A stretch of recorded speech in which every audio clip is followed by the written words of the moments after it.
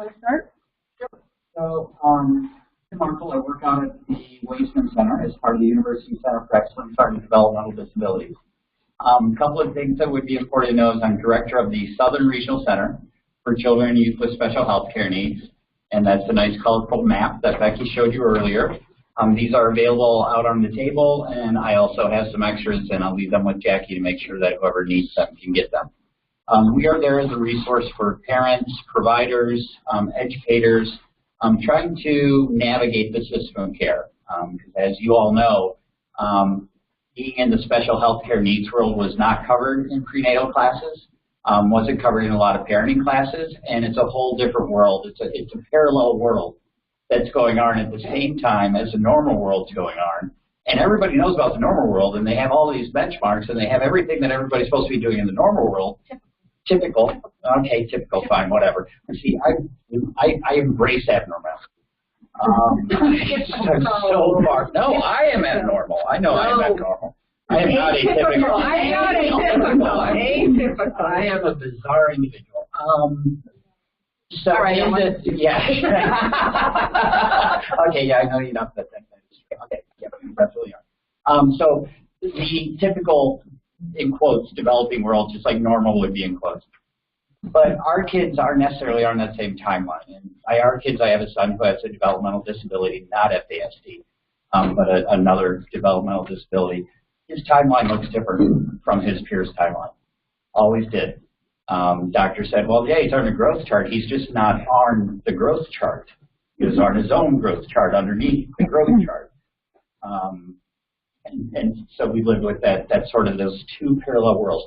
So what we want to try to do is help parents figure out what's going on in that parallel world, because they may have an older sibling who knows about the normal, the typical world. And so then we want to help them bridge that gap. What does that look like for someone who's growing up with a different sort of life course? And so we're there to help try to make those connections. Our biggest problem sometimes is the fact that there's no connection to be made.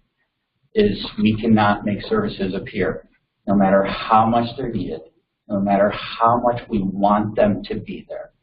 There are just some things that do not exist right now. And we need to work together to try to make them come into existence. So yeah, I'm done. I could talk all day about my awesome information referral specialists and support people. But I want to hear what Barb has to say to see how close Becky got to what Family Voices is really about. Becky was right on target, which is great. I mean, I'm sandwiched between two amazing partners. And so... and I am next to two amazing. On my right are two amazing partners. So I'm Barbara Katz. I'm co-director of Family Voices of Wisconsin, and I left some propaganda outside for you guys, and I'll also leave with Jackie. You know, Becky was right on target. Our work is in three areas. One is information and education and training. She mentioned some of our trainings and our fact sheet, and we also have a quarterly newsletter. And so if you all want to get connected with our information that goes out largely electronically, give me your contact information sometime today, and I'd be happy to add you to our distribution listserv. What I also left out there, so the first area is education, information, and training. So I left out a list of our publications for you to take. It includes our fact sheets and some other publications that we have. There are some copies of the newsletter and a general brochure, which also has my contact information in here if you want to get hold of me whenever. Our second area of work is around family leadership. We have an activity called every spring called Advocacy for Change, which is sort of our foundational activity in that area. And that is when people come to Madison for the day and hear about issues surrounding kids with disabilities and special health care needs, and then have a chance to go to the Capitol and share their story with their legislators, come back, debrief. All participants who have been involved with this for the past 8 years have said it's been a life-changing experience for them. So if that kind of advocacy is of interest to you, come talk to me at some point, and I'll make sure that you get information about Advocacy for Change, which will be held at the beginning of March this year. Our third area is public policy, which Becky talked a lot about. We've been very involved with things such as getting children off the Children's Long-Term Support waiting lists, getting money for those kids, now working on sort of a universal information and referral and resource center for children that will probably be 15 years in the making, as was the getting kids off the waiting list for long-term support services. One thing that's super important that I just want to say in answer to someone's question, I think it was the woman at the end, if we have FASD-specific resources. We support families who have kids with all sorts of diagnoses. And what we've found is that, yes, there are some characteristics of each diagnosis that a person has that are unique, and where there need to be diagnosis-specific resources. But we find that for most kids with disabilities and special health care needs, tools like the Care Map, tools like shared plan of care that Becky talked about, and resources such as private insurance, Medicaid, schools, etc., are common to all kids who have extra support needs. And so we look at providing, interpreting information that's really complicated and providing in a way that's really understandable. The last thing that I want to say is that we're all family members. There's 5 of us on staff. We're all family members of kids with varying conditions. I myself am a parent of 3 young men in their 20s. My oldest has learning disabilities. My middle boy has significant cognitive and physical disabilities, and my youngest is exceedingly typical. So, not boring. Not boring. Not boring, but typically. But anyway. Glad to be here. Thanks. And I'm Becky Burns. I'm not going to take the time to reintroduce myself. I'm Sid Arthur, father of Skylar, who has FASD.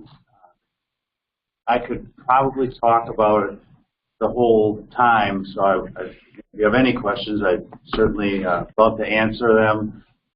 PC is out the window for me, so whether it be typical, atypical, normal, abnormal, ability, or disability, it'll come out of my mouth just like it is. We fought for a long time.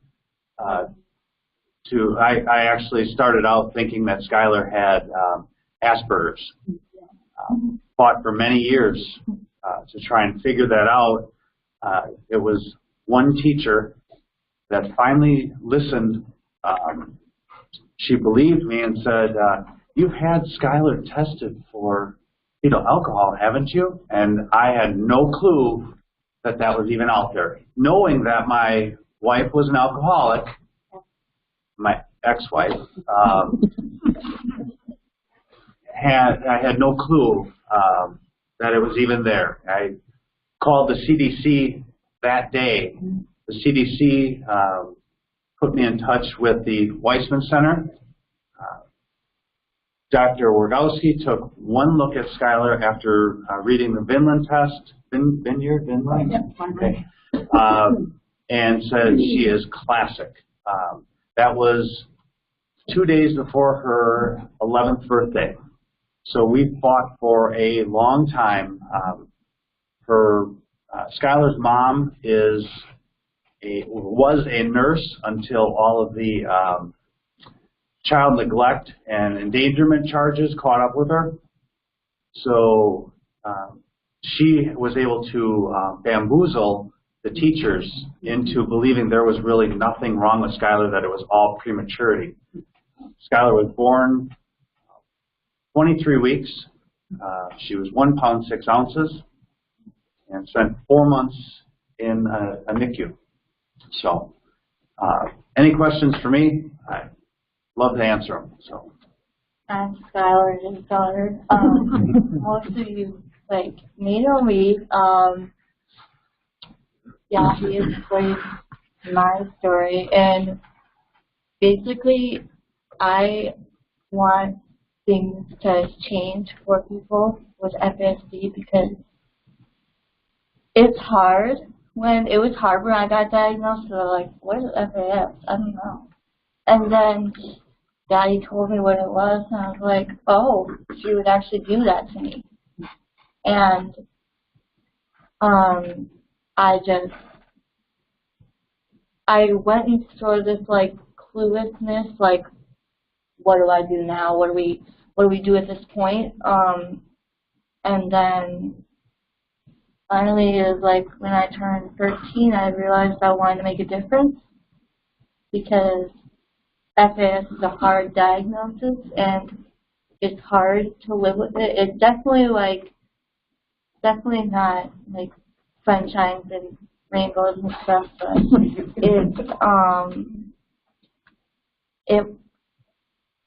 there's like not that many words to describe how I feel about it now.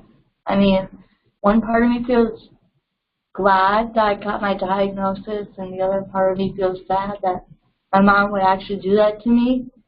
But I feel proud to have FASD. I'm not afraid to tell people about it. And I'm happy with it.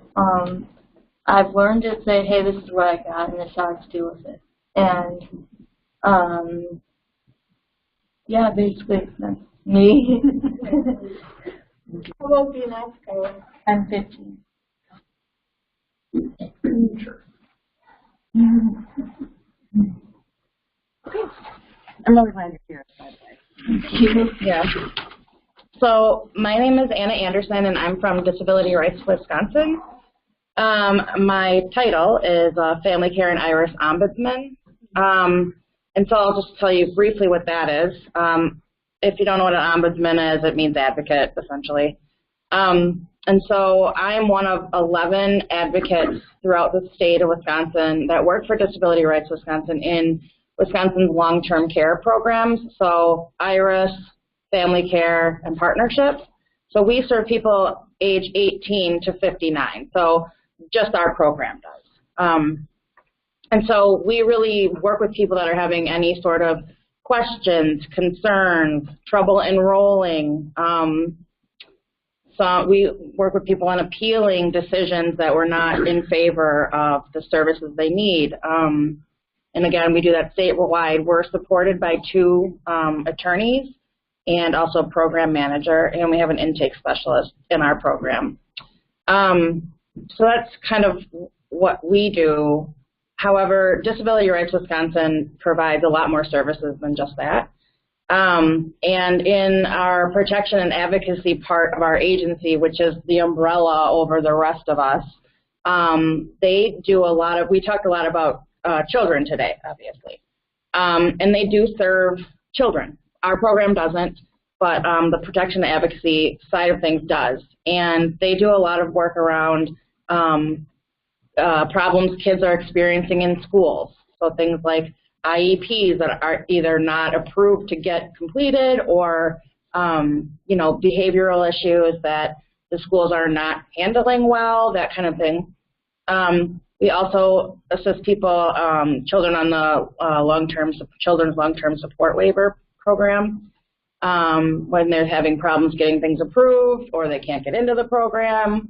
We serve those people. And so lastly, well, not lastly, but another thing we do to serve children at DRW is helping kids that have mental health issues. So kids that are actually institutionalized, like at Winnebago or Trempealeau, if you guys are familiar with those places. And then kids that are also experiencing mental health problems in school. So a lot of school stuff, which is, I think, maybe helpful to this group. And so that's what those 2 programs do. We also have a couple other programs. We are the attorney backup to disability benefit specialists at the ADRCs throughout Wisconsin. We have an SSI managed care external advocacy program, so they kind of do some of the same stuff I do, but with clients that are with SSI managed care. We have a Part D, a Medicare Part D helpline, and then we just do a lot of like outreach to communities, and we do a lot of policy stuff. I think that's it. I think the way that maybe my experience is most relevant today, because I'm like, I'm not sure if I have anything to offer, but if either you have children moving, like transitioning from the children's long-term support waiver into family care IRIS, we definitely assist with that, and we assist with things. We don't like focus on disability. We serve anybody that has a disability, but we are familiar with a lot of disabilities with a lot of phone calls, and so we can really help identifying needs for providers. I don't know what I was going to say next, so I'm not going to say anything else, but that's how I feel like I can be helpful today.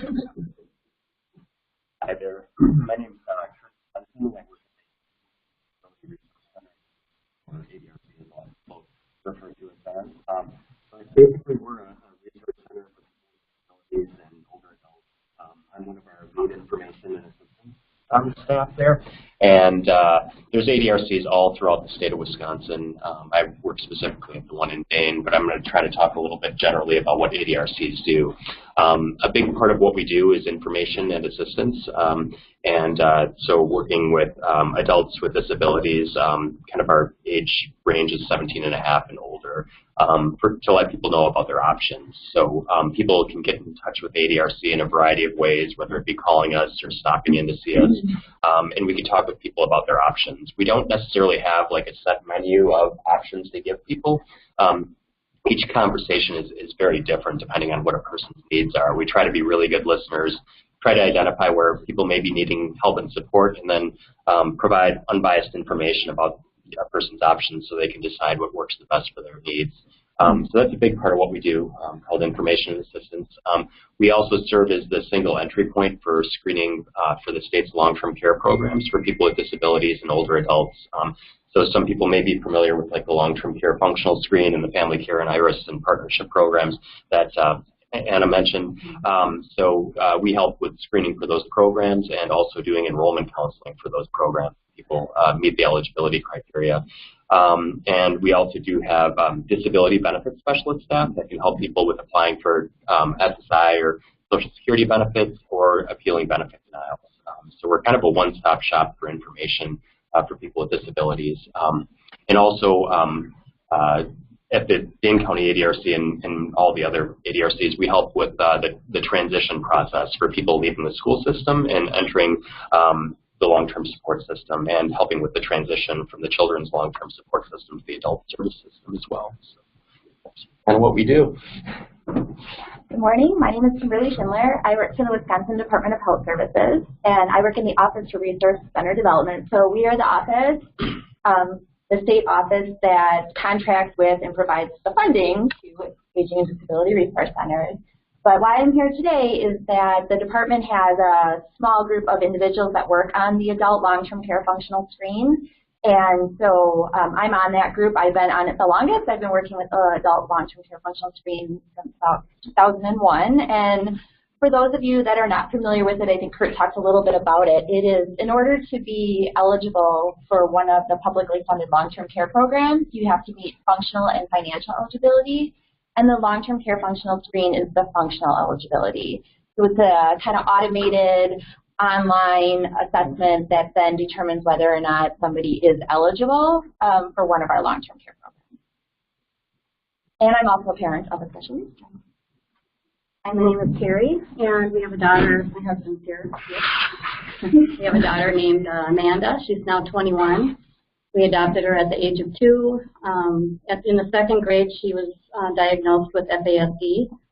4th grade, she was diagnosed with Asperger's. She also has ADHD. And just want to bring up the CLTS waiver. The only reason she was able to, at the time, to get on the children's long-term support waiver was because she had the autism diagnosis. And I hope that has changed today. It's been a struggle every step of the way. and up until today. So I thank everybody for being here from all these agencies and listening and taking notes. So anyway, thank you. All right. Thanks, everyone. So now the promised, long awaited for Matt Scramble to see what questions that you want to start with. There you go. If somebody else has a burden question, all the way down. All right, so question 3. We live in Plover, just south of Stevens Point, Wisconsin, and need a pediatrician knowledgeable in FASD. My son is currently 14. We have had a series of therapists and doctors that don't have any idea what they are doing. My son has some medical issues that need to be addressed by someone who knows the unique issues that come with FASD. Can you give me some referrals? So a question that we could discuss for the table here is what needs can we identify and what can we tell this parent? So to start with, again, sort of like Barbara was saying, this is a question that we get from many parents with children with many different special health care needs. And so one of the most important things that we start to talk about is that we are looking for this medical home model where that doctor, that PCP, the primary care physician or the primary care team, is in partnership with the family. So we're trying to help families and we're trying to help doctors get their offices to be more where healthcare is something that occurs with the family instead of to the family. And so that's the first thing, is to talk about what is the relationship with that primary care team. The second question that we would, because we want them to have an open mind about, this child may have a different path of development and what does special needs mean for this child and this family. We might ask questions about primary insurance. We all know how important it is. If you have certain types of insurance, the differences between seeing a doctor in-network versus seeing a doctor out-of-network can be huge. Trying to get a referral out-of-network can be very time-consuming, very troublesome. So weigh what is the cost factor. There may be a doctor I really want to go to that some other parent, and that's the best way to find out about good doctors for any disability, is talk to another parent, is to sit there and say, oh, what have other parents done that have gone before me? Who's had success? Because of the fact that you may find a doctor that you really like, but if that doctor's out of network, then the family has to determine what is the cost. How much is it going to cost to see that person I want to see out of network? How much is it going to cost me in time to try to get a referral through my insurance, if my insurance will even get me that referral? Am I willing to go through that cost, or am I willing to help? I love what Sue said earlier. Or am I willing to try to help educate somebody who is a good family-centered care doctor with an open mind of caring for your children as individuals, that I can then help educate them and teach them, and they're open to learning about FASD. If there's internet access, we give them some healthcare sites. A lot of the healthcare sites these days, the doctors are listing their specialties and their areas of interest, and so they may not have a specialty or a certification, but they might have an area of interest in FASD. Well, shoot, that's going to be like the first person that I start to interview. And that's the other thing you can do, is you can interview these docs. Is they usually will not charge for a 15 to 20 minute get to know you interview, where you're just like, hey, I'm trying to find a doctor for my kid. We'd like to meet you. Like you to meet her and see if there's a match here and see if we can, establish this relationship. Beyond looking at the FASD diagnosis, what is it you're looking for in a primary care doctor? Do you mind someone who is highly knowledgeable but maybe doesn't have the best bedside manner? Is the bedside manner the most important thing? Is their family-centeredness the most important thing? What characteristics are you looking for in that doctor for your child? And then again, take the doctors through a little bit of trial meet and greet. Then there's, of course, insurance. What is insurance going to cover? Possibly supports would include the parent-to-parent program that Becky mentioned earlier, which if any of you are Now I'm going to plug something I don't have with me. Horrible, horrible thing to do. But if any of you are interested in serving as support parents, so those parents that receive a 6-hour training, that then when somebody who has a child with FASD calls up and says, I'd really like to talk to another parent, and I'm in the middle of Menominee, and there's nobody around here for miles that even has anybody with special needs.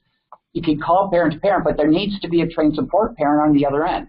And so that's where we look for parents that are further down the line that feel like they are at a point, an ability in their life to be able to give back.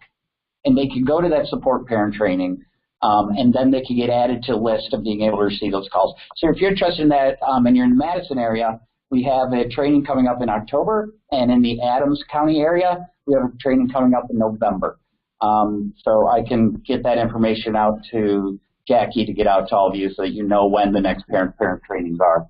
I'm going to stop there because there's thousands of people on this, okay, not thousands, but dozens of people on this panel who have information.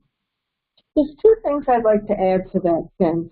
One is when you're talking about looking at doctors and what's most important to you, one of the things that you might want to think about also is their willingness to learn about things that they don't know about.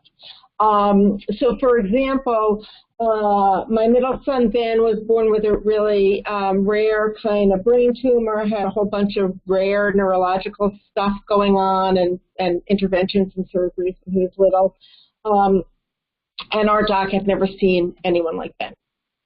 But what really impressed me in those early days was he researched it. He researched Ben's condition and learned about some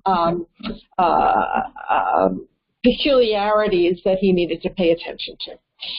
So that's one thing. The other thing that I wanted to add when you talked about financing and the in-network, out-of-network piece is to know that Medicaid can work along with private insurance. And that if there's an issue, if there's a doc that you really want to see who's out of network for your private insurance, know that you need to go through that private insurance process and actually get a denial. And then once that denial is in hand, there's a chance that Medicaid would pay. So that's one way in which you can see that the way in which private insurance and Medicaid as funding sources, as financing sources for health care access can work together. So those are just two things I wanted to add. Awesome. Anyone else? We refuse to be going down the line here, so just jump in. Right, well, I wasn't put to this question, but I wrote this question 11, which was Written by Skylar's grandmother. Can we just see if there's any more on Sure. before we do that, but you're up next. Okay. Because I want to do a little bit of processing of the issue of getting referrals for specialists. How many people have had, how many people have had difficulty getting referrals for specialists that know something about FASD?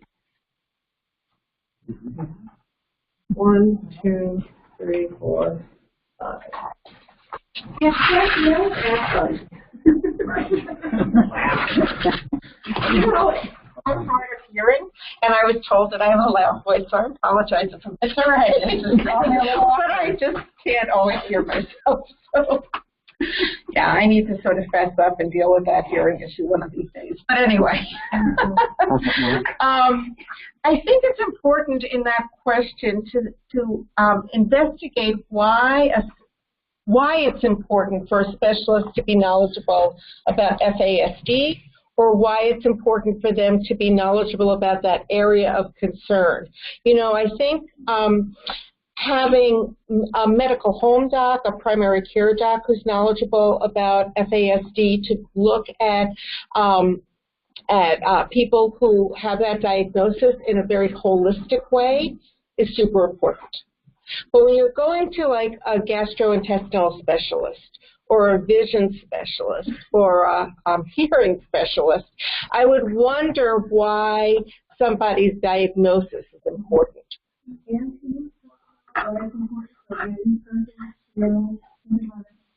For example,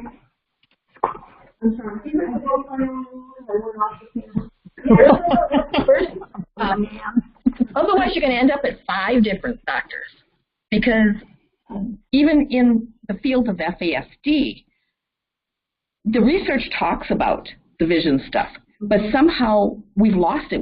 It's all about brain now, the brain. And so if you have somebody who at least you can say there's eye things, or you at least go in with a sheet or a little piece of something to show them, so then they can go on their little internet and do a little search.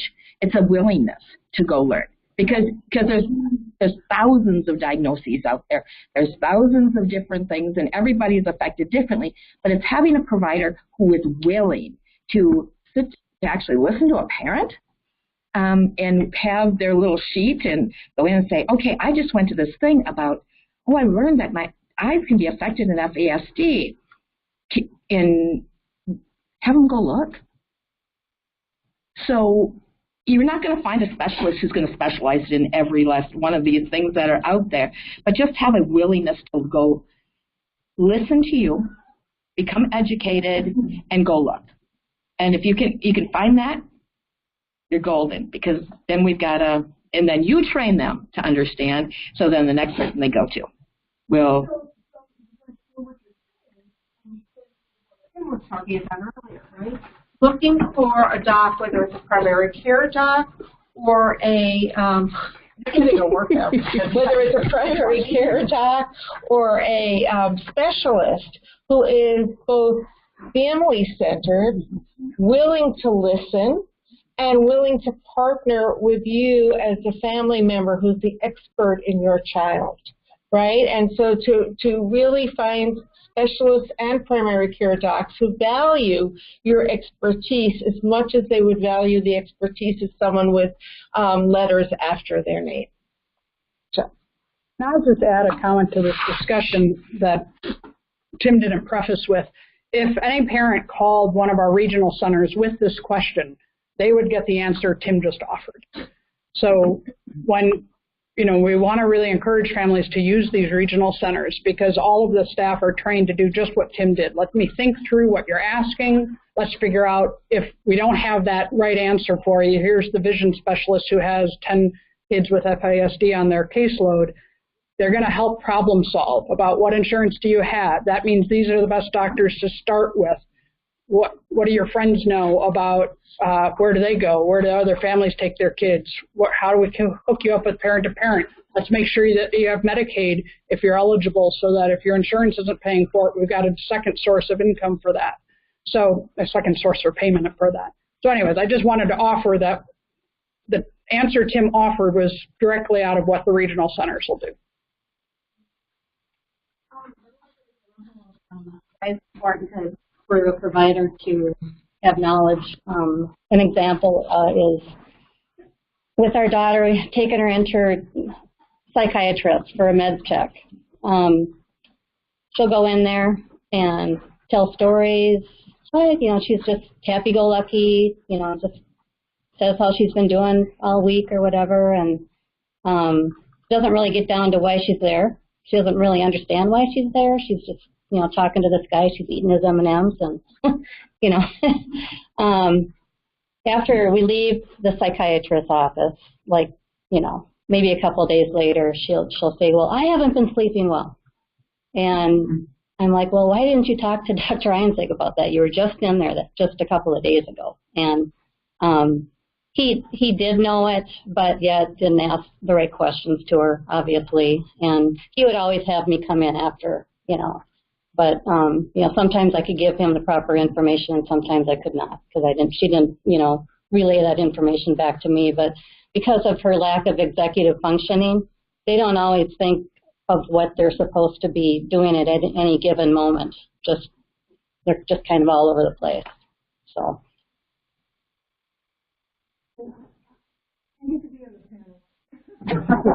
When I want to. My experience is very similar to Terry's, that a specialist in any area, whether it's a AODA treatment program, whether it's a physician, whether it's an attorney, and I'm talking about an adult here with FASD, whether it's a vocational rehab counselor or job development provider, or it's a in-home care provider that's sort of monitoring the person with FASD, which a lot of people need. When they don't have a knowledge of FASD, the service oftentimes fails. So if you don't know why it's failing, because you don't understand FASD, there's a lot of wasted time and stabs in the dark at trying different things. And you may not even know as a professional what I'm supposed to be looking at. And you can take years. The family can go round and round looking for services, not knowing why they're not working, but they feel like a failure because the professional doesn't know. And I do think it's difficult for professionals to admit that they don't know something. I mean, yeah, the ideal is that, the professional wants to partner with you and your child, but they've gone to school, they've spent a lot of money becoming professionals, and FASD is just something that is not taught in medical schools and in other occupational therapy schools or vocational rehab or Department of Corrections. And so you're faced as a professional with a question that you kind of want to feel like you can help. You're the helper. So you may give advice that's not correct, or you may not know what you don't know. And it does take some time. I wouldn't say extensive time to get the basics of what FASD is. So again, I guess that's why I'm really wanting to make that link between the training, how easy it is for professionals to find profession-specific training, so they don't have to be in that position. They can just go, easily say, oh, okay, go to this website and look at this webinar for an hour, and it sort of summarizes the latest information, because information is developing. The research is going on right now on what works and what are some of the issues that you might need to know about. So Terry, you mentioned the communication issues that people with FASD have, and oftentimes they're very verbal and they are not quite understanding the question, or their mind is not processing fast enough, and so the answers are perhaps not even accurate. Or answering a question in that moment and knowing what it is they need, because they want to please people. So, I mean, we can talk about some of the characteristics. Hopefully Diane will talk about that this afternoon, but I think it's a little more complicated than just finding a doctor that is willing to learn, because the doctor may not think he needs to learn, or the attorney or whatever. Certainly, I'm on my 9th attorney now, and we haven't had an attorney that understood that the person with FASD is not necessarily telling, they're not lying, but they're not remembering, and they're sitting there on the spot. And they're asked a question. This would be true in a doctor's office too. And they either don't, in that moment, remember the answer that, so they just make something up to please the person. Well, then that gets in the record, and then, the wrong diagnosis, the wrong medication is made, and so. I think it's more complicated, but I certainly agree that having a doctor that's willing to learn, or any service provider that's willing to learn is wow, number one. But I think it's difficult for people to say, I don't know anything about it, but teach me. Oops, I haven't heard that happen to any time. So that's my little soapbox again.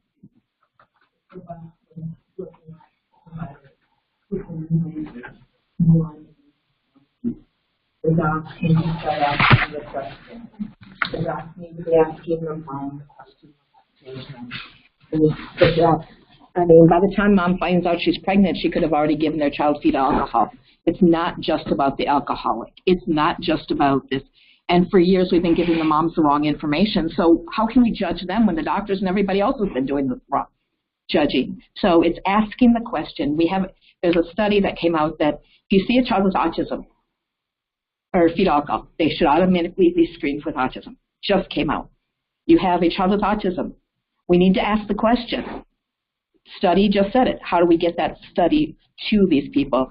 And maybe it's creating a public awareness campaign in Wisconsin to talk about that it's here. Let's help. So, because they don't even know why they need to.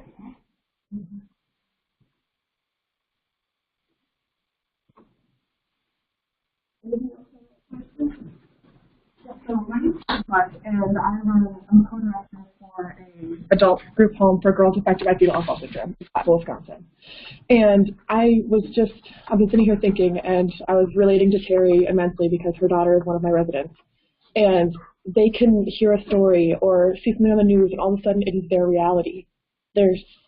I could tell a story about my great-grandmother's homemade dumplings, and the next day one of the girls will have had those dumplings this last week, and they were so good, and it never happened. So they're not good at self-reporting, and it's dangerous because somebody could tell them they did something, and they would think, oh yeah, I did that. They're so. Yeah. On TV, she's part of the program. Have you seen that? Yeah. Well, yeah. Anything it's like she becomes a part of. It's like they don't know how to act, so they act on what they see, and they kind of take on behaviors of what they see. Yeah.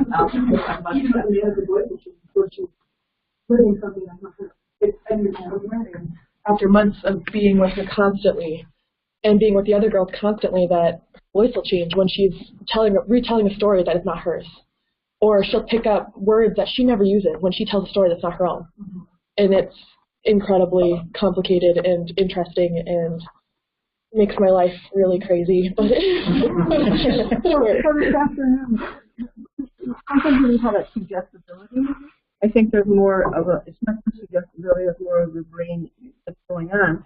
But our neuropsychologist who's on her way here, who's up here that morning because she's going to respond to these questions after this afternoon, so we'll have to help her out a little bit and tell her some of the issues that we talked about. But remember that one about because I really think you can read a textbook about suggestibility, but to have somebody say, I was just with her, and this is how she reacted after she heard this story and then you go to somebody that talks about the theory of the brain. I love that stuff. So it's very powerful. Yeah. And so then it's also hands-on you work with the neuropsychologist and you get the professionals and the forensic people to work with those that have walked before you, and we start to put our minds together. We're actually getting somewhere. And I've been working with Jared Brown out of Concordia and a few other things, and we're starting to see the collaboration that the parents and some of us actually we're helping. Yeah. And so when we put the two of us together, we're getting somewhere instead of just being in book. I can read their files and all the documents and read them until I'm blue in the face, but I could call a parent and be like, hey, this is what's happening. What do you got for me? And Terry and Cindy are great about being like, oh yeah, this has happened, and we've tried this, and this doesn't work, so try this instead. And it's great. And I feel like people don't give parents enough credit for all of the outstanding research that they've already done just to help their own children, let alone other people's children. And I love the parent-to-parent thing. I'm going to hook up with something with that. I'm not a parent, but you're a caregiver. You are an FAFT caregiver. There you go. So you are now in our care teams. You're not a parent. Congratulations. In my experience, we knew by the age of 4 that something was going on with Monica. By the age of 4, we realized that something was going on with our daughter Monica, and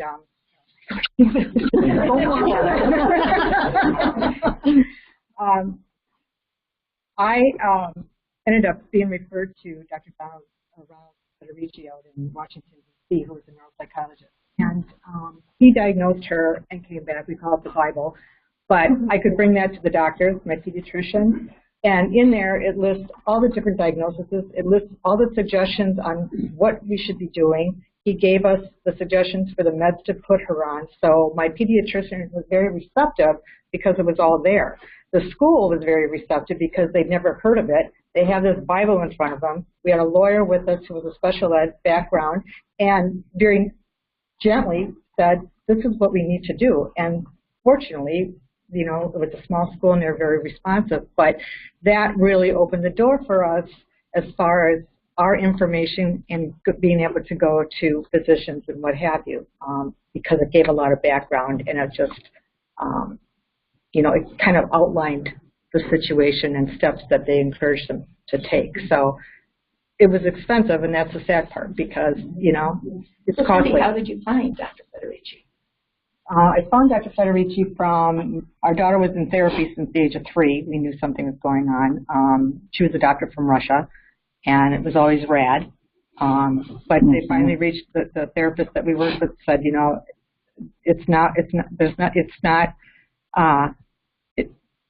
all behavioral. It's more chemical. There's something chemically going on in her brain. And she had been to one of his seminars because I'd never heard of them. And she referred us out to him. And I followed his plan for one summer, very long summer. But, you know, we've kind of taken off on there. But again, that was just one resource we had that really got us through all those different steps of trying to explain everything. And just to answer the question that you started, I think as parents, we just wish we had a list that said, oh, I've been through A to Z, and here's what I found, and so let me share it with everybody in Wisconsin who can do that. And yet, you waste so much time with your doctors, and you get so exhausted that you just don't even want to talk about it anymore. You just go in and go, just I need this, and this. Thank you. So.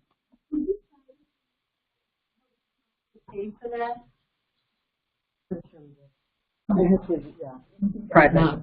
Take private. The best of the best do not take private.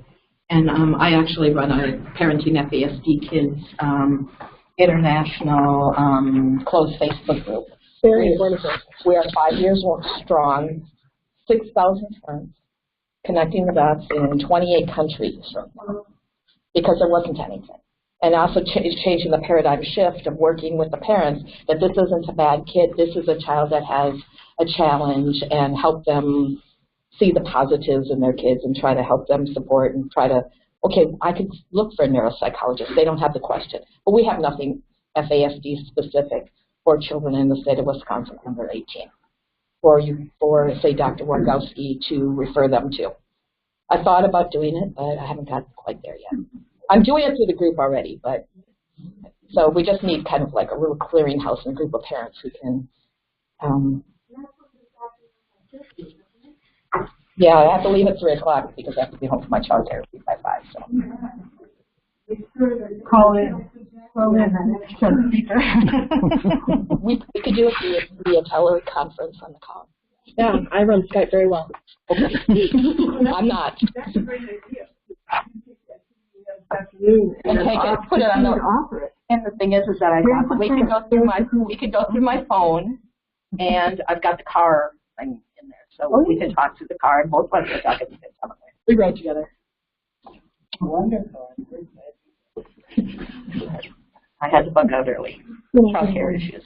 And what's going to be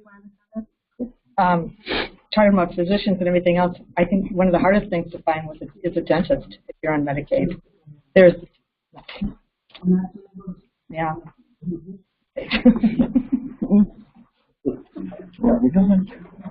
Okay, so did are we done with it? We could continue to talk about the challenges of finding referrals and specialists to refer people to who know something about it.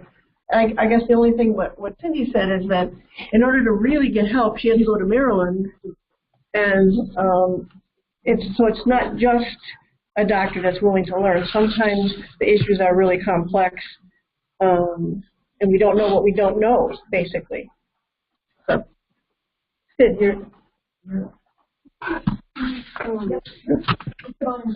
found out through my husband was in the military, and we have TRICARE. And so we were able to enroll Amanda in TRICARE for Life. So she's got that for the rest of her life, even after we are no longer around. So that's an option for insurance. And some insurance companies will do similar, if you have a child with a disability, that they'll extend it past the 26. Yeah. So you just need to communicate with them.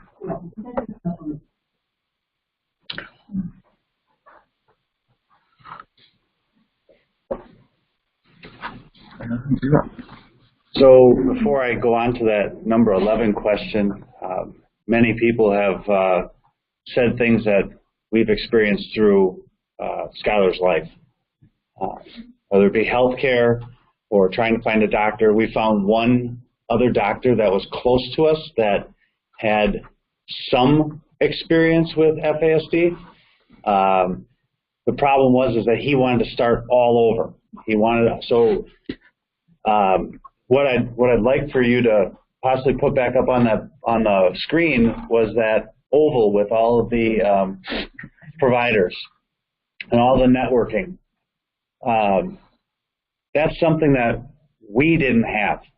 So everything that we've done, we've struggled through. Just like everybody else, we're not thinking that we're any different than anyone else, but we had no idea what programs, what plans were out there and available to Skylar. As far as it was mentioned about autism, I still think Skylar has some form of autism. She's out in the hallway right now stimming. So it's just her stereotypy, how she deals with, when she gets that burst of energy.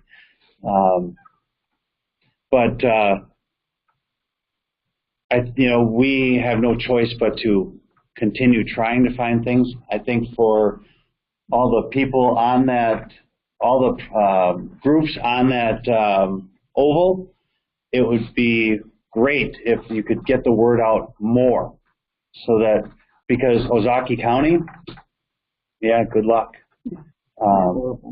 In Milwaukee County, yeah, certainly, but we're not residents in Milwaukee County, so it doesn't matter. So with that, I'm going to move forward because it kind of all ties together with this. Number 11 was my granddaughter was in my care, is diagnosed with, and is 15, is diagnosed with FASD. Her social services therapist tell me that she's old enough to make decisions and they should be hers. I understand the need for independence, but I'm afraid for her because she often makes bad choices and ends up with painful consequences that she did not see. I'm afraid that she would be taken advantage of by others, and if she's left to make her own decisions, and there's some examples.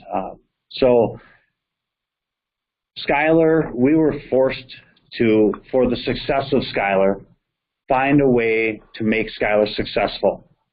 We had to move her out of our home. Skylar has 3 siblings, 2 step-siblings, and 1 biological sister. The biological sister, while she does love her, she knows how to just get under her skin, and it doesn't take much. And now you've got 6-year-old twins that are learning from the oldest sibling, are pushing those same buttons, and Skylar's tantruming or just lashing out physically or verbally. And now you throw in my wife, who is fearful that Skylar's going to act on those things. So it took me a year, a selfish year, to actually ask my parents if they would help Skylar, let Skylar live with them.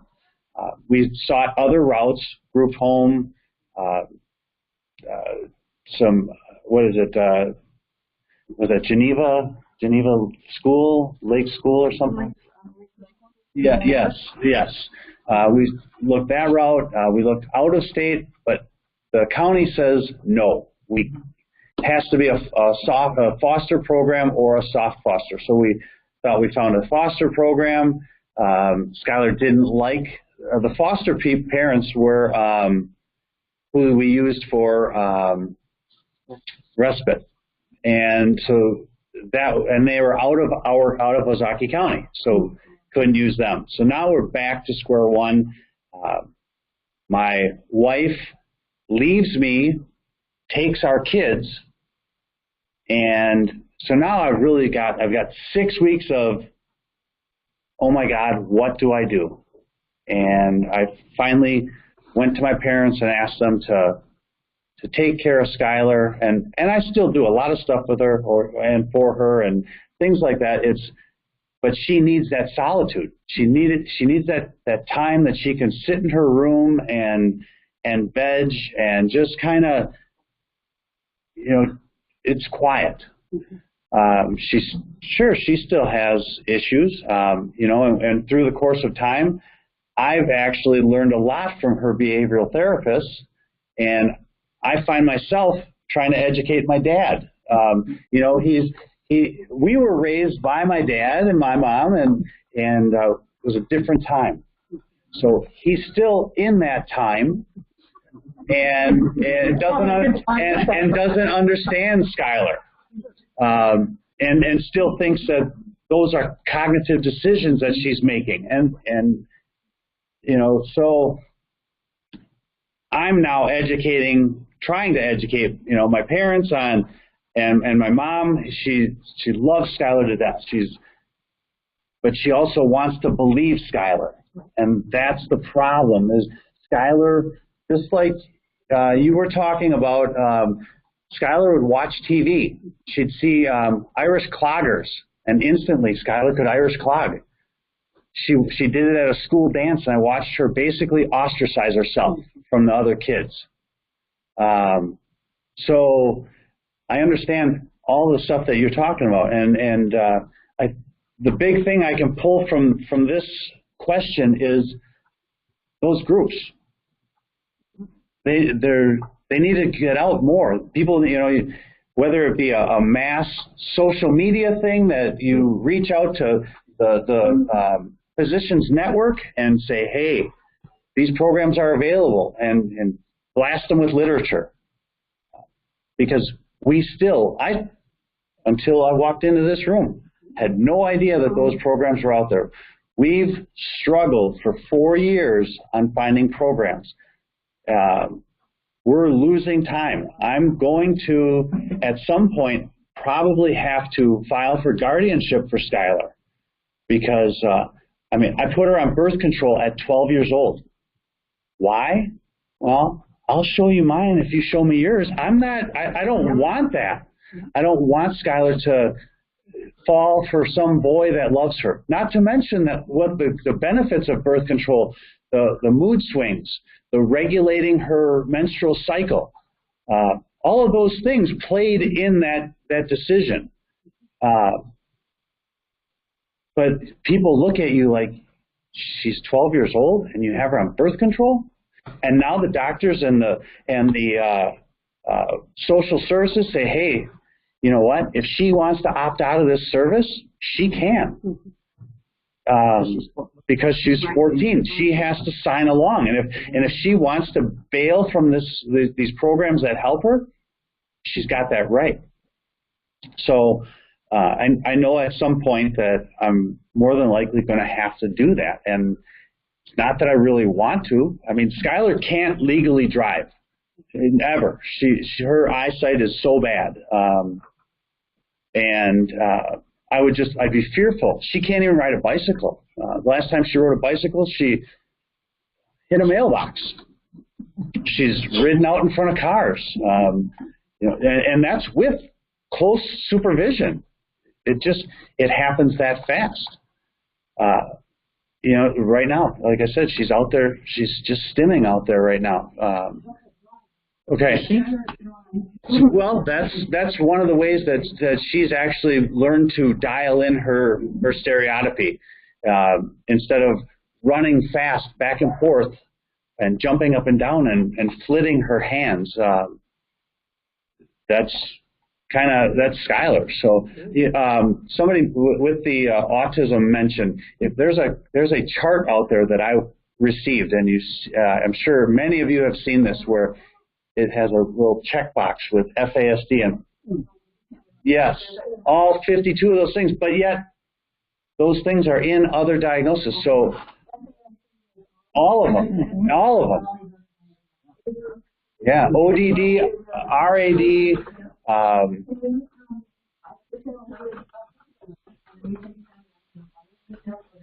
Yes.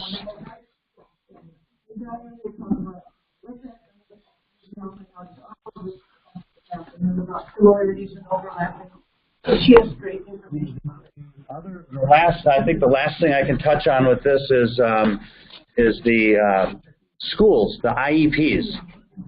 They're a joke. Every year we have to fight because they want to take away. Why do they want to take away?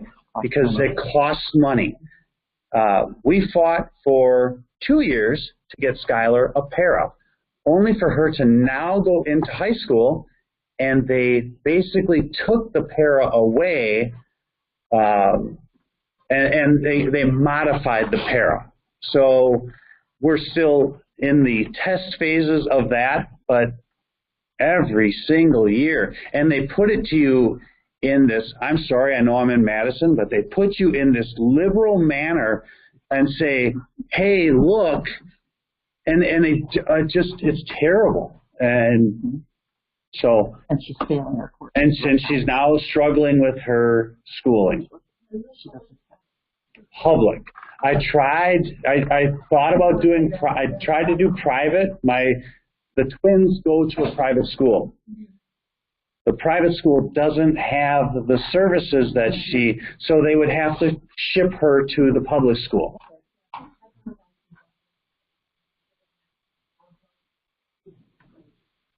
Okay, yeah, we actually, what was her name? We had an advocate come in for us from Milwaukee and spoke, and that's how we got the para. I wish I could remember her name.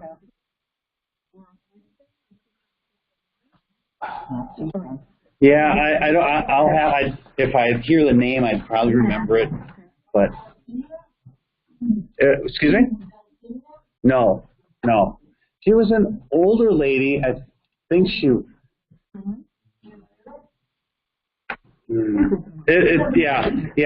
I'll struggle for a little bit. It'll probably, right. So that really, I hope I got into this question good enough, but we really need to learn more about those services that are available.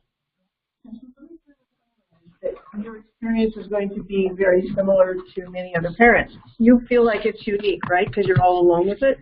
No, I don't. But we don't know. We never knew what was available.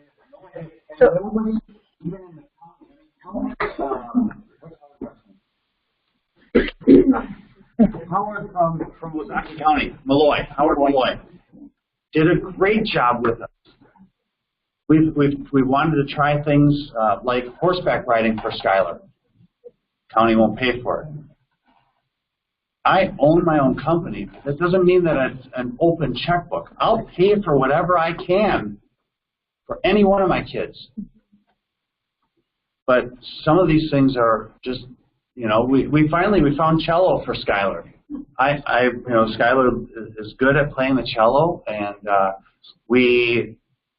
I pay for it, every month. It's not a big deal, but you add up those things, and they get expensive. And Skylar, the best way I can explain Skylar is she is one of 4 children with the need and want of an only child.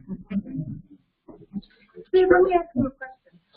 Looking at the question 11 and some of the questions here is, your mom thinking about how you support, you and your mom and your dad thinking about how you support the development of independence and decision-making skills while not putting Skylar at risk.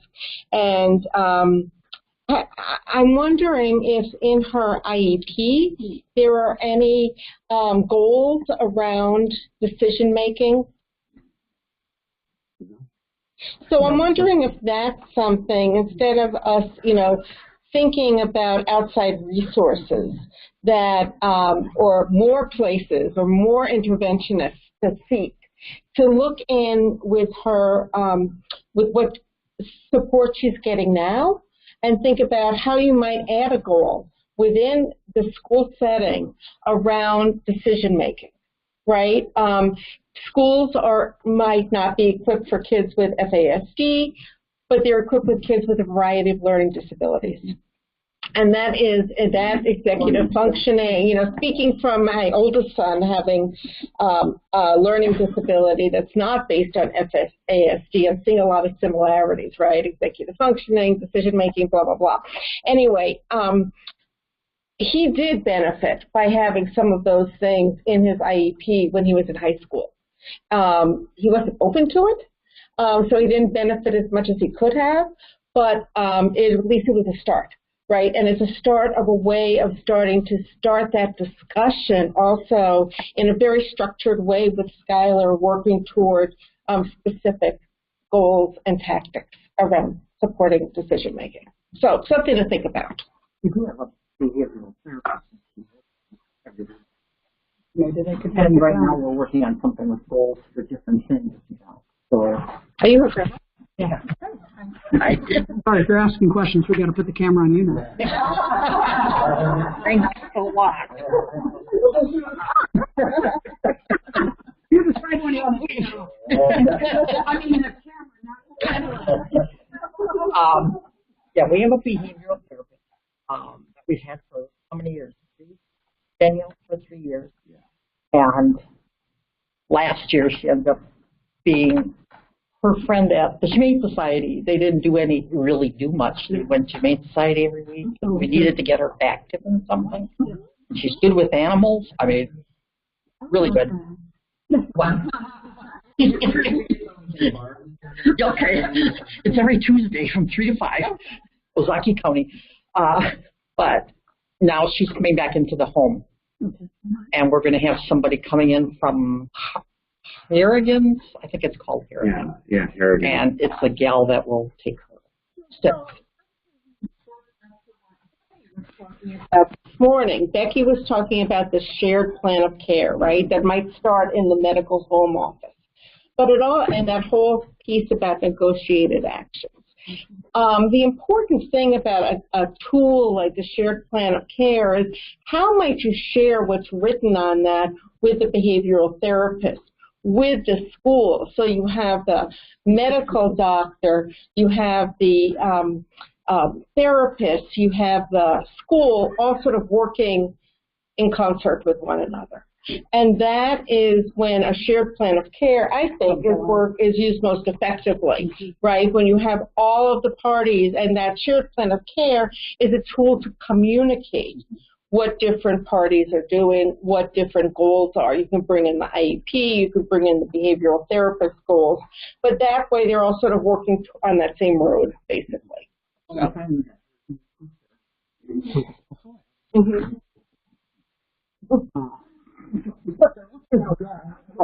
Is willing. She's willing to work with. Just keep it like this so everybody can see everybody. And is Sky on the CLPS waiver? Is she received the waiver funding? Yes. Okay. He handles everything. I just take care of it. And that all? Just take care of it. Anne's trying really hard to talk.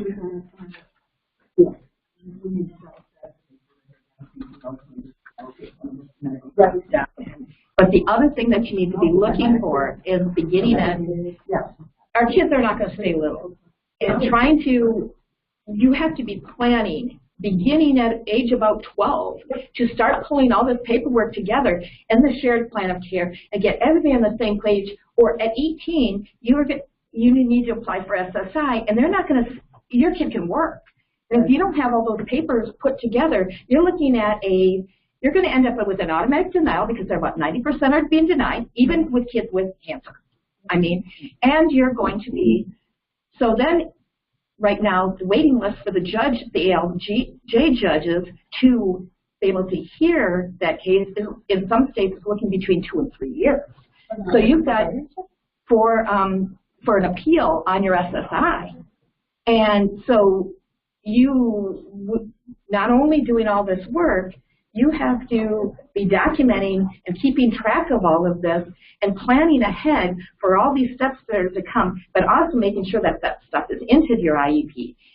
Their challenges and the schools are going, but they're doing so good and they have a normal IQ. So that's the challenge with most of our kids with FASD, where we fall through the cracks.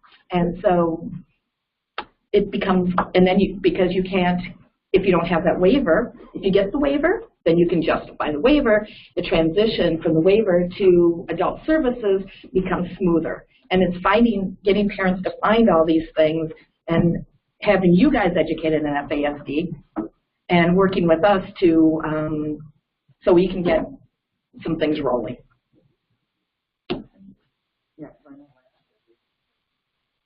So I'll give you my phone number when we leave.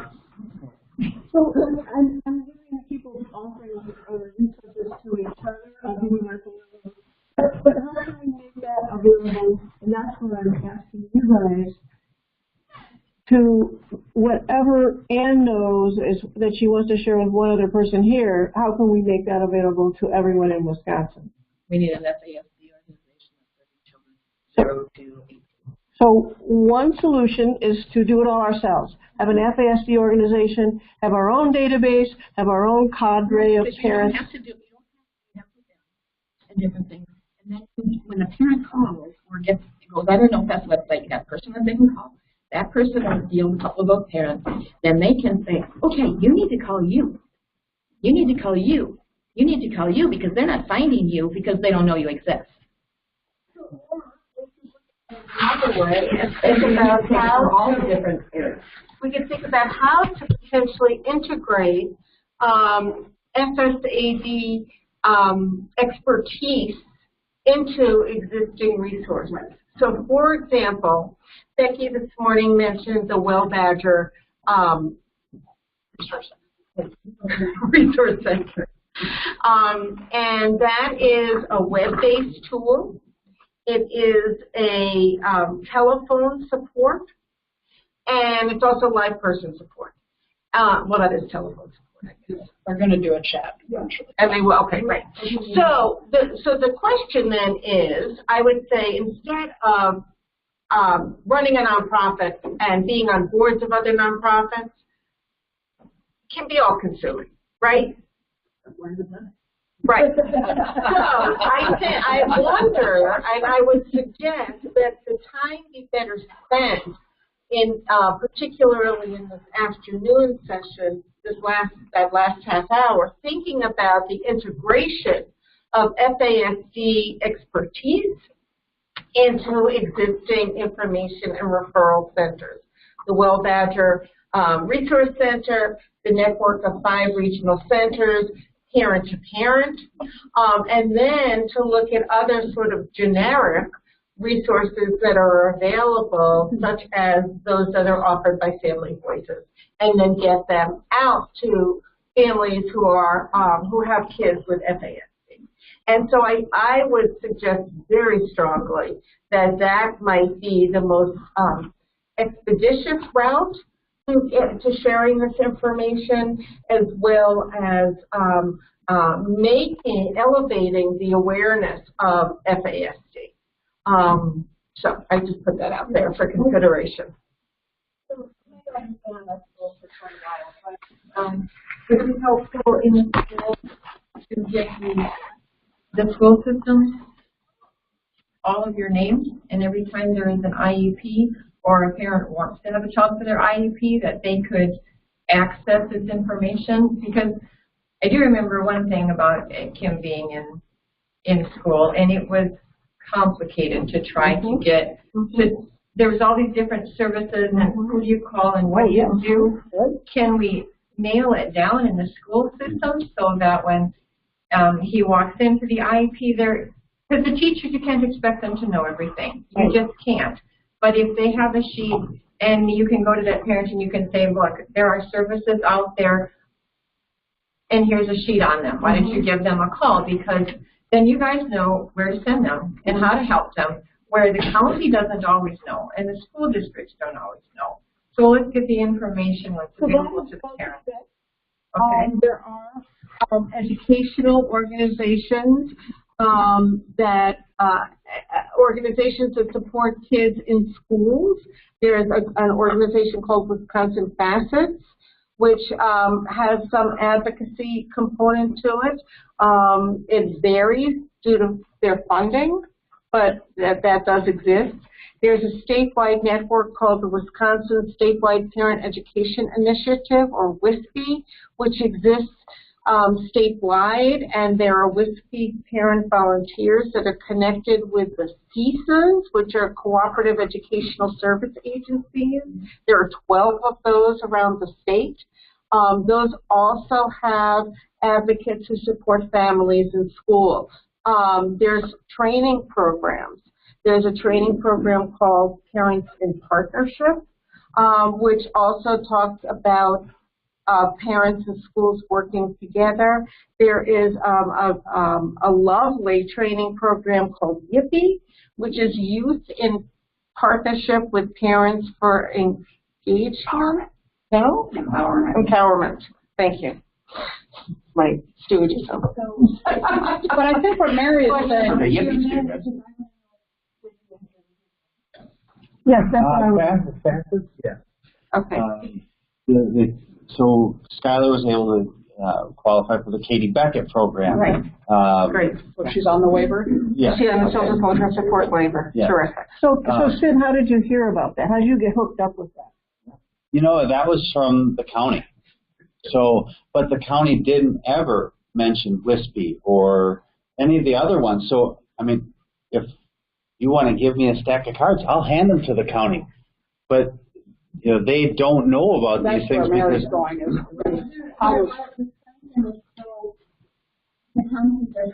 is correct. You can get great information down here. You go up by Green Bay, and basically they don't even know what FAS is up there. And it's frustrating because parents are calling you, try to help them, and you're trying to help them like they're from your county, and they're not. So I'm just saying it needs to be across.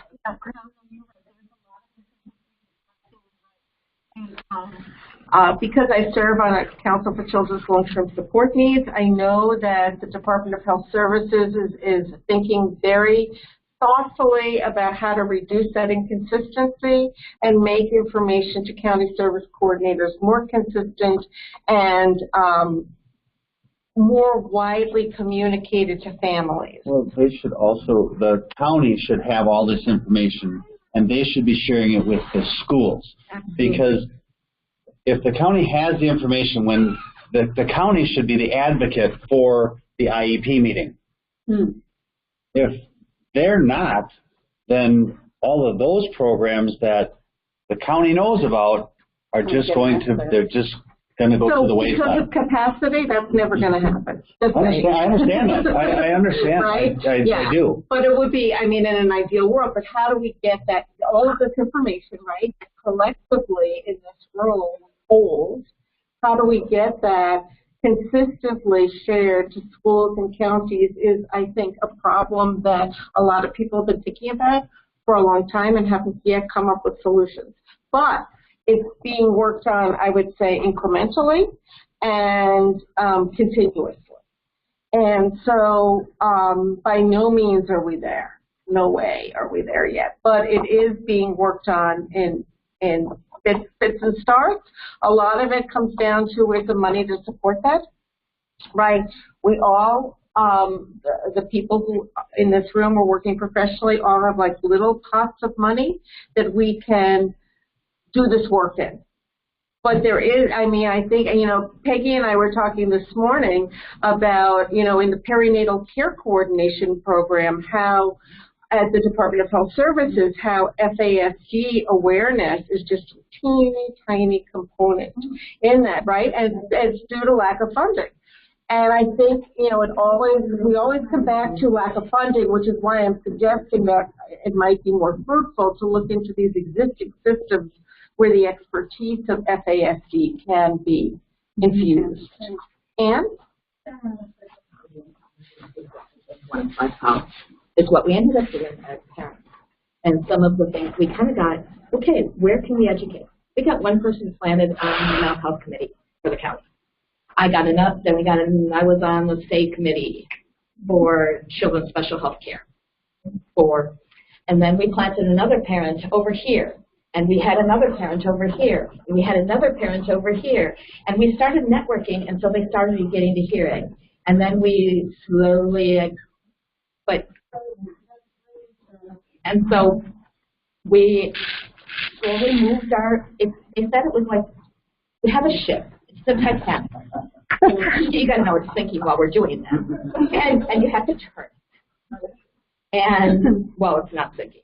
And so it's always sinking, and you're always trying to keep it afloat while you're turning the ship, and eventually it's going to turn and hopefully not hit the iceberg, but depending.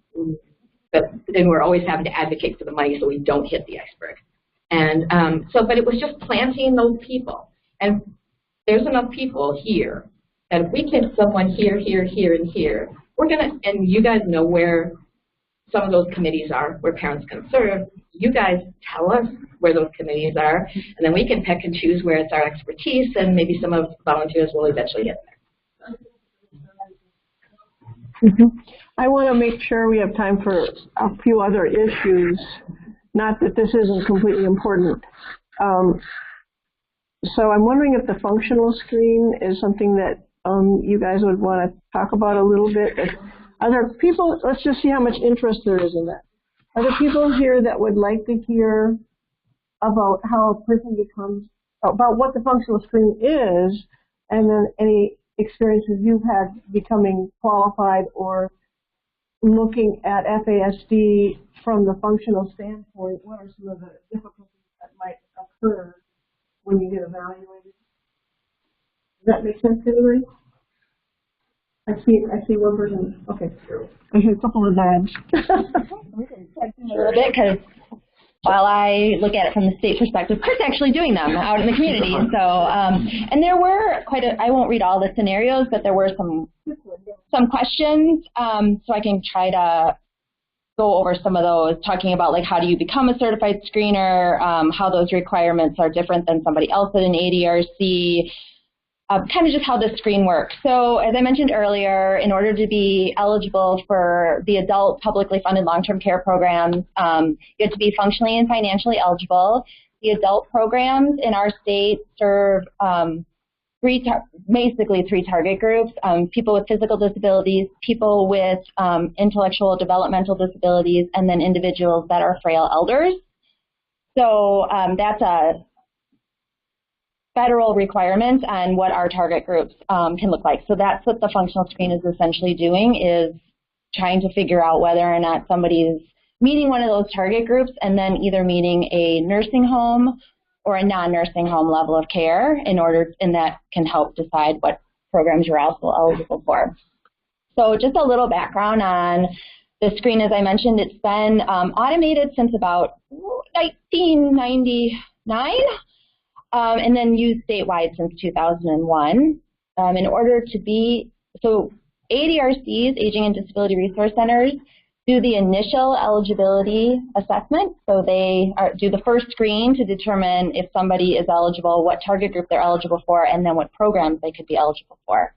Once an individual is found eligible and they enroll in a publicly funded long-term care program, then it's the responsibility of that program to do that annual functional eligibility determination, so every year.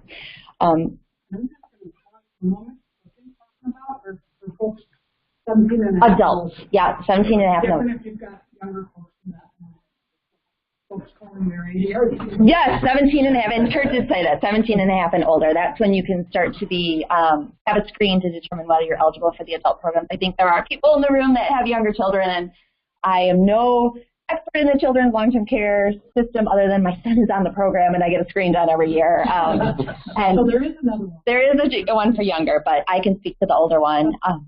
Yeah, so in order to be a screener in our state, you have to meet the basic education and experience requirements, which means you have to have a 4-year degree and at least 1 year of experience working with one of the target groups, so elderly, PD, or IDD.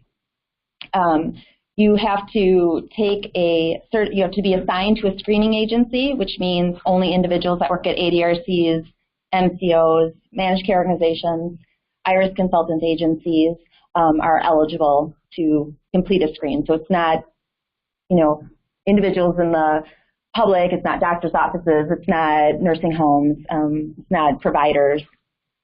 You have to take an online course, and you have to pass the online course, and then you have a pretty rigorous training at the agency that employs you. And then every 2 years, you are required to take what's called a continuing skills test, which is a very stressful, all day long, proctored 4-hour test that's proctored by the department. And if an individual does not pass that test, their ability to complete this to administer a screen is revoked.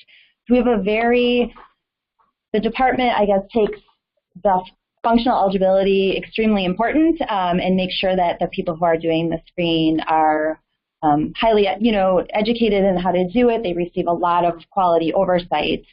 So that, I think that kind of addresses some of the questions about just certification and what it takes to do one. The screen it looks at an individual's ability to do things like activities of daily living, and does everybody know what those are? Eating, bathing, toileting, dressing, and then IADLs, or instrumental activities of daily living, ability to prepare a meal and grocery shop and take your medications and do laundry and chores, drive a car. I'm sure I'm missing other ones off the top of my head. So, and then I'm sorry? Transportation and medicine. Thank you, transportation. Yeah, I knew I was forgetting one. It also looks at health-related services. So if somebody is on oxygen, or has wound care, or has behaviors, just to name a few. I mean, there's a lot of, on a ventilator, there's a lot of health-related services. And then it also takes into account other behaviors in actually several parts of the screen: offensive and violent, self-injurious, or wandering. So when an individual does, so things that are really important, I think, for the group here to think about with screens is FASD is considered an IDD, or intellectual developmental disability diagnosis. And so the really important thing with that is that diagnosis needs to be confirmed and verified by a medical professional. And I have the opportunity on a lot of occasions to read neuropsychs, and I see a lot of language, and you can probably speak those two of we think it could be, it's possible, this is what it appears to be. That kind of language is not confirmed. So I think that can be a struggle, and we've all kind of heard the struggles with working with medical professionals, but as it results to the screen, it's just really important that it's verified. It needs to be an actual verified diagnosis. This person has this.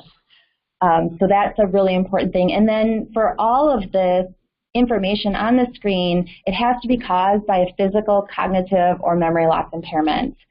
So that is also something that screeners are looking at. If somebody needs help to take a bath, it needs to be caused by a diagnosis, then that diagnosis has to be causing a physical, cognitive, or memory loss impairment. Diagnosis within itself does not meet target group. It doesn't mean that you need help with anything. So it is the screening process, and I'll stop talking and let Kurt talk, it's really the screener coming in. He can talk more about coming out in your home and asking you a lot of questions. But I think that's important to remember is that, it is a bit diagnosis driven. It is that it has to cause a limitation. I think one other question was, just quickly before I let Kurt talk, is just IQs. Particularly with the FASD diagnosis, an IQ can be very important. So if you can get a neuropsych or if you can get an IQ, I think that can be very helpful when you're having a screen done. FASD is so there are many diagnoses that can have physical components and or cognitive components of them. And my son has DiGeorge syndrome, and that's a perfect example. Kids with DiGeorge can have cognitive impairments, they can have physical impairments, or they can have both. And so those diagnoses that are like that require an IQ to help the system determine what target group somebody might be eligible for. So DeGeorge, it could help with, so for a good example, for DeGeorge with my son, kids with DeGeorge can have a lot of heart issues and other things like that. And so if you only have the physical, then, and you need help, the screen, it's determining that you probably need a physical disability. My son also has a cognitive impairment and an IQ below 70. So it's then also notifying the screen that he could potentially meet an IDD or DD target group. So if someone has a cognitive impairment but their IQ is above 70, you're saying that would be looked at? Would you look at differently?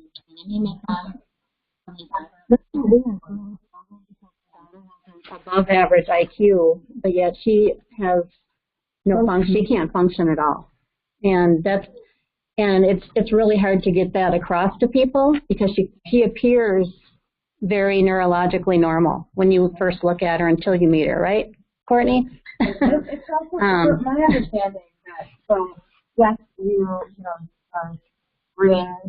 want somebody to be under 75 to pass the screen, but you can have an above average IQ and still meet a DD target group. You can, right. So it just looks at it differently. There's some benchmarks that you have to hit. I think the point is, if you know your child has a lower IQ, having the neuropsych done.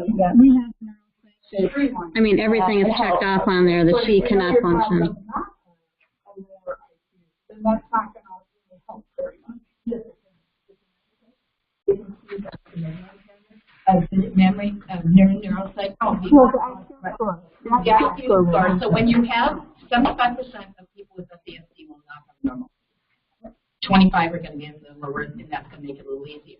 So when you have in the 75% of others with alcohol spectrum disorder, we have to really do our homework and find good neuropsych, teasing out that memory disorder, teasing out that they can, like when we do my daughter's functional screen, the Tamara has an IQ of 80. She can't remember what they teased out through her neuropsych, that she has the only area of her memory that's intact is her facial recognition. She cannot remember what she ate 10 minutes ago. She cannot get from point A to point B. She doesn't understand she's hungry. We teased out all of that stuff with her neuropsych, with her primary care, making sure on your primary care sheet where all you have diagnoses, and we went from paper records to other records, making sure all that stuff is checked in there before we apply for it. So I'm not Yeah, that's what I do. It's a little confusing. But yeah, that's right. I mean, I would agree with you, and since I help people with doing screens all the time that are maybe they feel are inaccurate or some things were missed, that happens. They can still become eligible even without IQ below 75. Yeah, I guess my takeaway was if you can get one, great, that would be great. And I think also just to have a really clear neuropsych, because many of them are not, and that is a struggle. And and Kurt can kind of fill in too.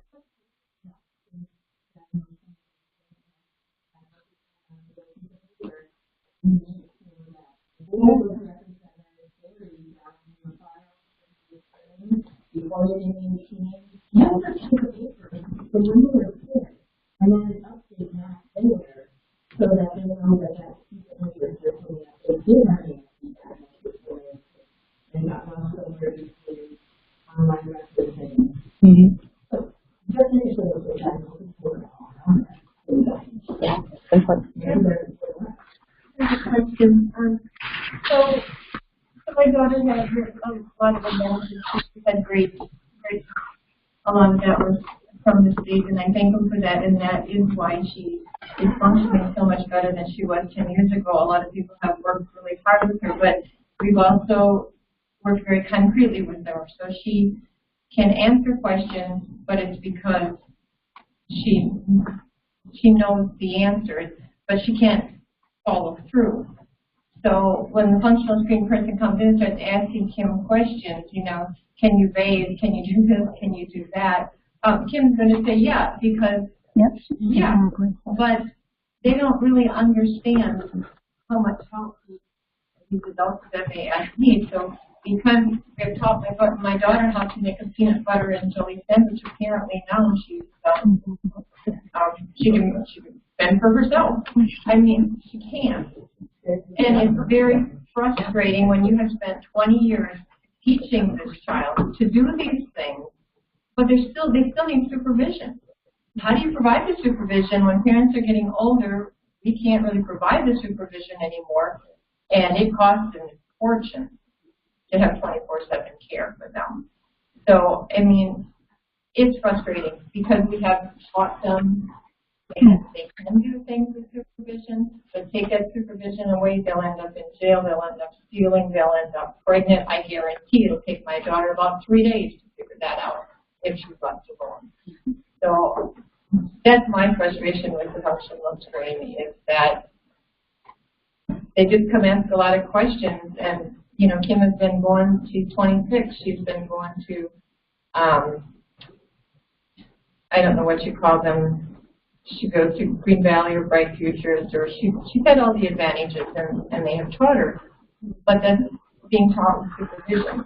It's not like she can go out and work the job by herself, or get herself there, or get up on time to get herself there, or use the stove, or, you know, she took a shower at a house the other day, and the first time I walked out of the bathroom, I came back in 2 minutes later, and we had water everywhere.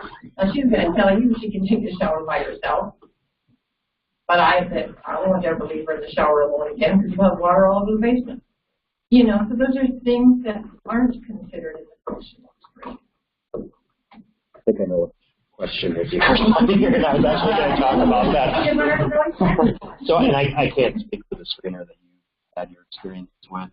I've been a functional screener for 14 or 15 years. And have done hundreds of functional screens, and I can maybe just talk to what I think is best practice for screening. You know, at least the way that it works at our agency, before we meet a person, we start gathering medical documentation, and I really try to kind of read that over before going out to at least have an understanding of a person's needs. And like everyone was saying, those neuropsych evals can be really helpful to get. So if you have one when she was younger, then I still look at it. Yeah, I still look at it. Yeah, even if it's when a person's younger.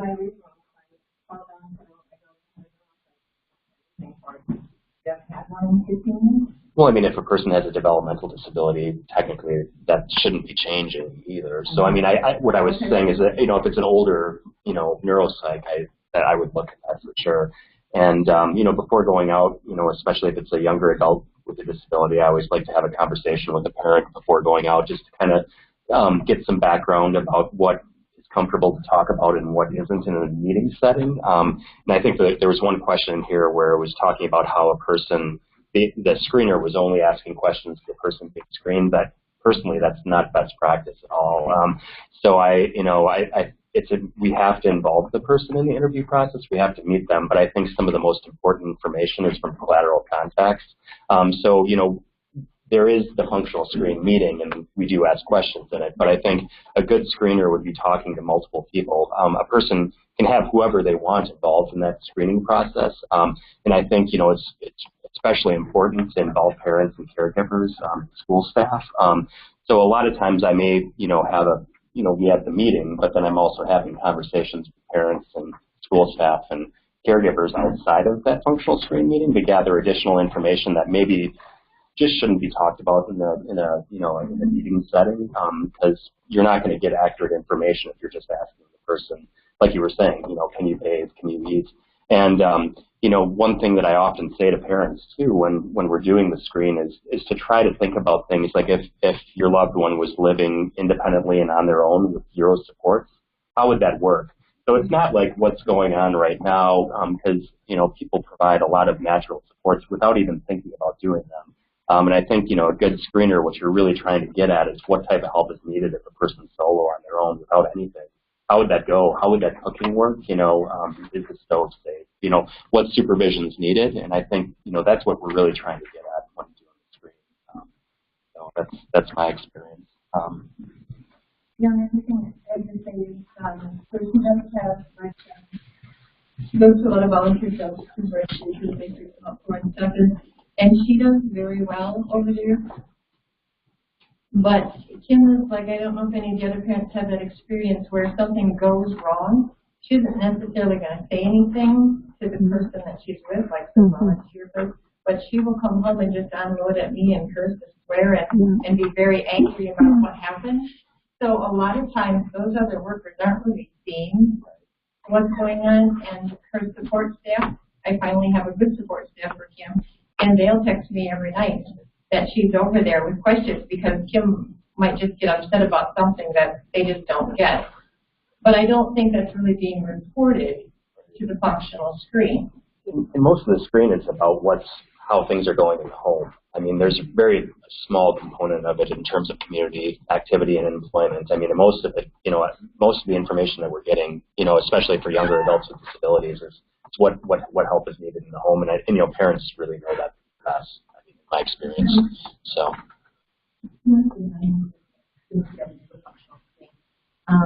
Every year you have to do it. And we empower our kids to try to do the best they can. When you get to some of those rougher questions, it becomes the reminder of what they can't do. And it becomes the reminder of just what happened to them, because this was not their fault. And so the aftermath for a functional screen is about a 2-week depression and empowerment, and we've actually talked about it with the functional screen that we're not going to ask that last question because we did it up front. We know it's not going to change, and we talked with the team. We're not going to ask that question because I'm not going to have my kid end up in a psych hospital trying to commit suicide. What's the last question? All right, do you feel, can you take care of yourself? I don't remember. It's one of the ones that's really... So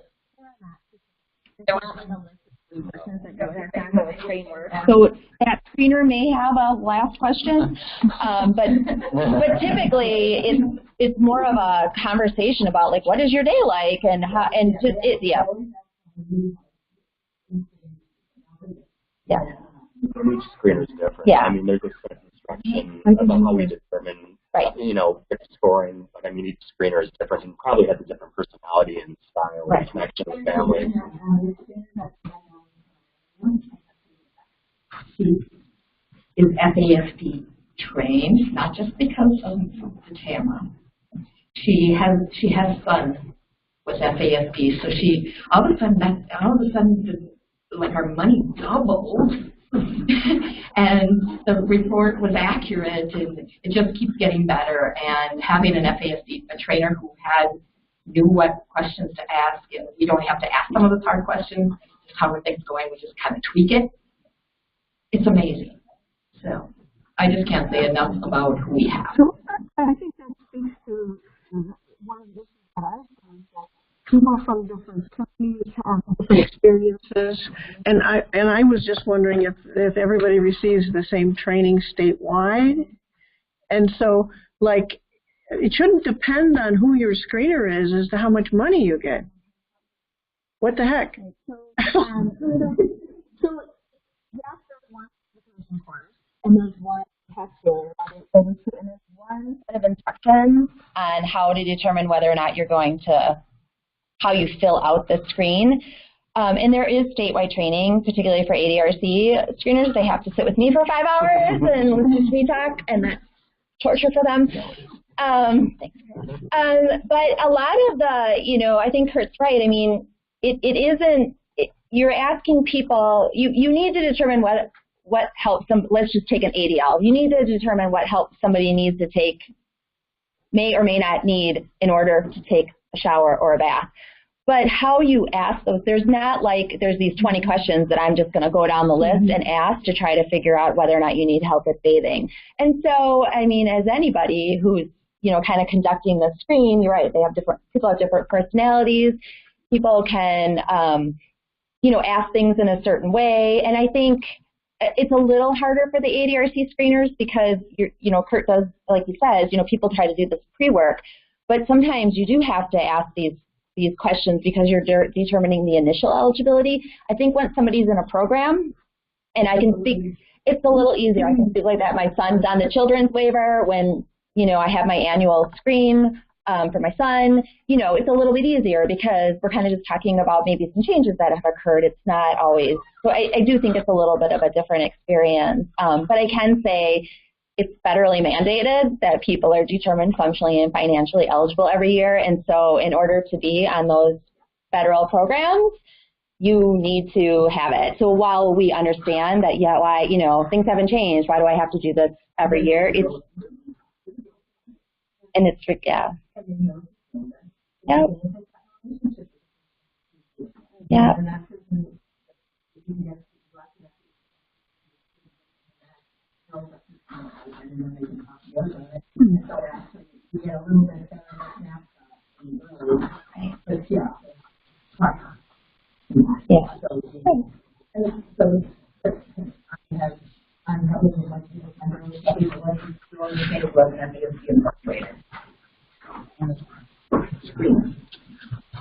Yeah, there was also a question in here about like concerns regarding the screening process. I mean, people have appeal rights, and you know, there's staff, you know, management at the ADRC. If you're feeling like your voice isn't being heard, I mean, we give out those rights all the time when we're doing the screen.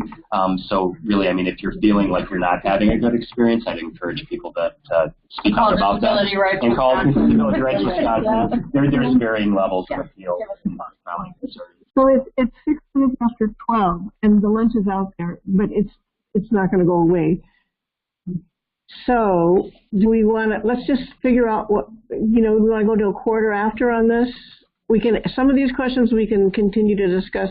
Are you guys going to be here? We're going to go to Diane after lunch, but we can, you can address the functional screen. That's one of the things she's going to talk about. So are you won't hear her? I'm not going to hear her. Sorry, Diane. Yeah, maybe you want to. I'm a neuropsychologist. I think, you know, the training that you guys get for the functional screens, I get the direction that it's coming from, and I understand that it's very valuable and thorough. However, right, the questions that you ask are important, right? So when you think about, so my understanding is that one of the classifications is ID and DD, right? So that the criterion for a specified IQ doesn't always apply to developmental conditions, right? So they can have cognitive neuropsych profiles that don't affect IQ but have serious functional impact, right? And so knowing, or autism or FASD, right? So there are serious developmental conditions, but IQ itself may not be affected, but they could have other cognitive deficits. So the neuropsych profile is not just IQ, it's the entire cognitive profile, right? But those cognitive skills, right, memory, attention, executive functioning, certainly is a huge area, right? Impacts on how they do functional and instrumental activities of daily living. So if a person just says, as a screener, right, and you bathe, right, but a person can't sequence steps, right, so they're impaired in sequencing, that relates to brushing your teeth and cooking, right? So if you don't ask all of those questions to get at the component skills that make up ADLs and instrumental ADLs, you can miss so much of where the impairment falls. So, you know, that's always a difficulty I've had in these functional screens, that when you don't have standardized questions and detailed questions about how somebody arrives at doing those skills, you miss things, right? And so in regards to that, one of the questions I have in the appeals process is it doable? Can a person say, can I get a different screener? So you can request a different person? Okay. Okay. And knowledge about, you know, the diagnoses and how that affects brain and then how that affects behavior is so important, right? Not just can you do these things, but what interferes with your ability to do those things. Doing things over the long term. Yeah. Remembering to do them. Yeah, absolutely. Getting the sequence right so you don't have safety issues. We experienced that at college. We tried to send her to college, completely fell apart. Everything that could go wrong went wrong. We had to bring her back home. The screen does leave room for queuing. Yeah. So that's kind of where, I mean, that's where many people that don't have that lower IQ but have all those issues, executive functioning, et cetera, that's how people can get qualified. Right, and it's not based wholly on IQ. So if you had a neuropsych that somebody said there's FASD, and due to that, the executive functioning, there's a cognitive, may have a IQ that just because you have a higher IQ doesn't mean that there's not issues with executive functioning. So that's why I was saying all of that is just really important to have in a neuropsych, and they're usually quite vague. And so I would say, kind of back a little bit with training, it would be really great if psychiatrists and other people doing neuropsych maybe had training on how to write a good one that's really specific. So I mean, I think it's training kind of everywhere, but we are sort of limited in what we receive from medical doctors.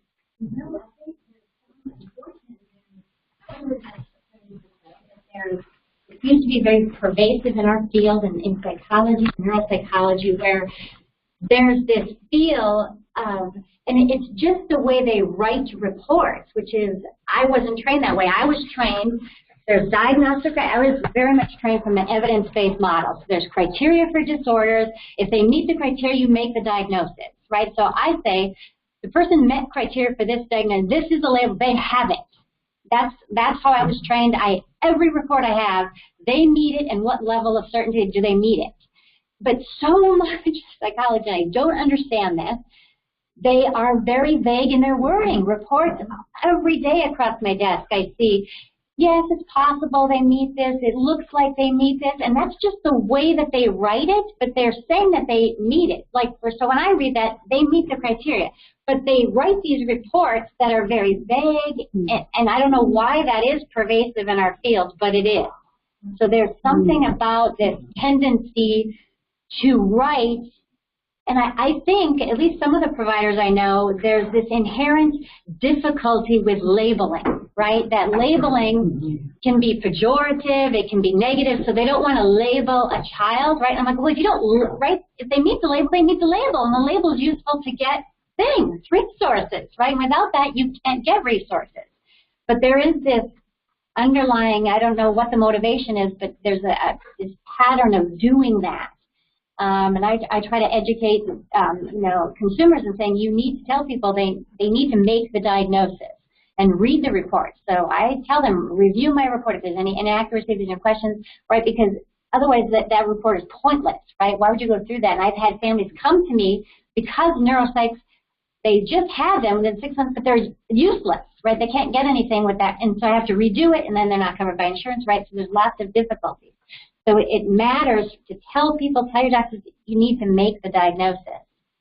One other issue I just want to bring up that I think people I've heard talk about is this discrepancy between providing treatment and care, and right, we want to improve people's functioning, but then you don't, because if you do, you'll lose services, right? So there's this continual contradictory dichotomy of, well, if they improve their skills too much, we're going to lose this, and without this, they can't actually perform to this level, right? And so, but we don't want to make it sound worse than it is, but we right, and certainly the individual wants to sound better than they are, right? And so that dichotomy is, I think, often difficult. And I think I find it so relevant for me as a neuropsychologist. I have to make known what they're actually, just like you said, I'm sorry, I don't know what your name is, sir. What if they were left to their own devices, what could they do? And then I relate the neuropsych data. This means in real life, this is what they can do, this is what they can't do, and these are the supports that help them to do this. So many don't do that, and many neuropsychs are trying to paint the best picture for the client, right? So they're sending on this, oh, your child, they can do anything they want. I'm like, oh my God, that's not true. It's nice to be nice, but that's not accurate, right? So unfortunately, those discrepancies.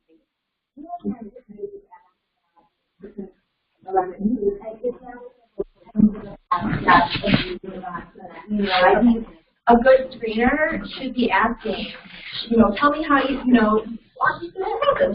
Tell me how you do that. In trying to get there, because I do think